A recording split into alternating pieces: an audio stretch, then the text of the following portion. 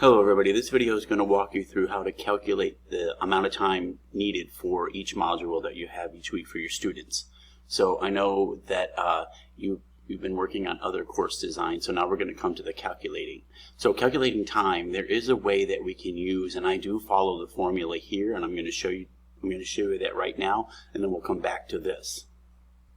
So as it says, there are different ways to calculate, but I do follow this, how much time. So my English 110 class is a 4-unit course, and then excuse me, they want you to have 1 hour of coursework or 1 to 2 hours of homework. So a 4-unit course would approximately 4 hours of class time, and then with 4 hours or 8 hours of homework, depending how much you want to give, and then that would be a total of 8 to 12 hours per week. I tend to, as we will see in a minute when I go through my module, I tend to go 8 to 10 hours because I don't know, some students may work more slowly, but I'd rather err on the caution or be cautious of other students who may not be able to keep up. I don't want to overload them. That's not what we're here for. So let's go back to the other sheet. So based on the time commitment that I use, which is in my syllabus for my class, I look to 8 to 10 weeks, or 8 to 10 hours, excuse me. So the virtual equivalent, I do put videos that I make, and I will consider those lecture hours, and then I have activities that will help them retain the information. So this is how I do it, but let's go look at one of my actual modules. So this is an actual week 3 module from my course, and what do I want to cover in this week? Essay introduction, main ideas, supporting details, and how to use a formal discussion board, which I'll go over in a second. So, excuse me. The overview, I do give my students a plan of attack because sometimes there's a lot of information. I tell them this is what I would do first because completing this assignment will help you complete a later on assignment. But right now, the first part here is Townsend Press Component, which is online. It's a company I use that it's really good. So what I would do here is I have made 3 videos, which I'll show you. They're 26 minutes long. There are 8 assignments, and I think it would take about an hour and a half for them to complete it. So this is kind of my lecture, the videos, and then there are 8 assignments to support that lecture. So if we come here, I have 3 videos, and the time for all videos would be 26 minutes. All right. And then there are here the exercises and mastery tests and alternative tests. There are 8 altogether. So these are just really for practice, and if you notice the exercises here, they can repeat them until they get 100 before they jump to the mastery test. But again, I think overall this will take them about an hour and a half to complete this section. If we go down to the reading and grammar quizzes, I have embedded videos that I've made in all of these, except for Cage Bird. They'll read those chapters from the novel.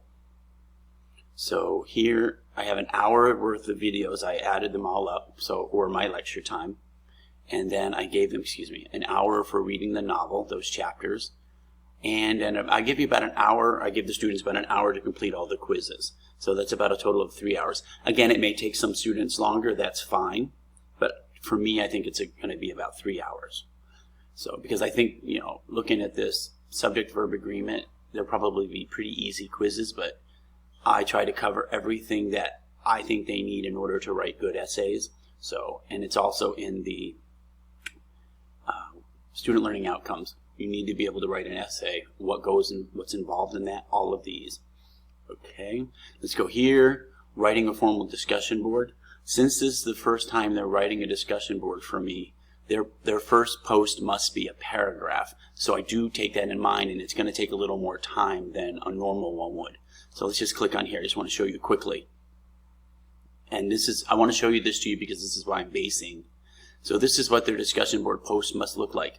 I teach English. I want the discussion board post to be MLA heading, title, topic sentence has to be highlighted, support, control, and then they have to have the work cited. So it's a lot of work. For one paragraph, it's going to take some time.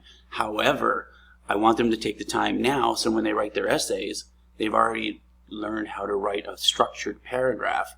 So when they write their essays, we can lessen the time that they have to do there. Okay, so I know when I was in college, discussion boards were kind of a blow-off. So we would just, a lot of people just do whatever they wanted. So this is going to take a little more time than some of the other discussion boards, especially some that I did in college. All right, let's go back. So if you're wondering why I have 2 discussion boards, I put 2 different sections into one course shell, but for FERPA laws, I have to separate the discussion boards, so these students will not see the students in this course.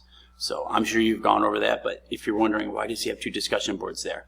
All right, so the Staples article, they have to read that. That's what this discussion board is based on. Helpful hints, there are 10 introductory strategies you can use to start an essay. So these 2 here is what the discussion board prompt is based on. So these are going to take time to read. All right, and then here, let's go back up. So how did I calculate? I gave it an hour for reading the article. Guys, I'm sorry about the typing. Article has an R. And then an hour for reading the article and writing hints. And then 2 hours, I think, to complete the discussion board, because remember, it's a formal paragraph.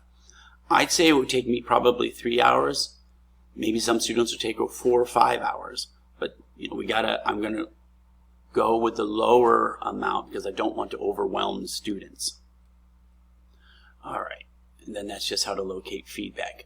So I added this all up and I ended up coming up with 7 hours if you add to 3 hours from the discussion board, 3 hours for the reading and writing quizzes, and then Townsend Press 1.5, so that's 6, 7, that's 7.5 hours. So I'm going to say this is going to take 8 hours, but again, it's the first time any students may be writing a structured paragraph like I want. So to me, it's going to take 8 to 10 hours. So let's go back and look at the other sheet here. So the virtual equivalent approach, I do keep that in mind. I count my videos as lectures, and I counted up the time, and I allotted that for lecture time, and then the homework or the quizzes that I give or the discussion board that I gave, I add those as homework time. So we came up with about 8 hours. I think it'll be maybe 8, 9, 10 hours for the students. And then the DIY approach, I do go through this and I put it in my own terms, like how long would it take me. So, but I'm the teacher obviously, so I think I go more quickly. So I kind of gauge it that way. Also, after you've taught the course for a while, you'll know from student feedback, like, whoa, this was too much. I have been teaching this course probably for 7 years online, and I have taken stuff out because it was just too much. You'll be able to gauge that. We do that in our face-to-face classes. I've gone in with this huge lesson plan and I've gotten through half of it. So it's kind of like that trial and error. All right, and I was kind of talking about that here. So how much is enough? I just basically try to have a variety of content for them to check their understanding through quizzes, the novel quizzes, the discussion boards, and then later on there'll be essays. So I hope this helps everybody, and good luck with your certification process. Thank you.